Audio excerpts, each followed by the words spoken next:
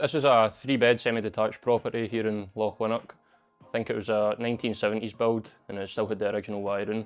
So we're in ripping all that out and putting in all our new cables, so it's all up to date. So on the ground floor we've got a living room, a hallway and a kitchen install getting done. Well, up the stair is completely empty, there's no carpets or that down, so it's made it pretty easy for ourselves. It's just basic sockets and pendants up there for the moment. So on the ground floor we've got a living room, a hallway and a kitchen and dining room. And then outside the property we've got a floodlight, and then we've also got a garage install that's getting done. So on the outside we'll have a junction box, and then we'll do a wee dig in towards the garage, and then inside the garage is just going to be a switch and then 3 sockets and a light as well.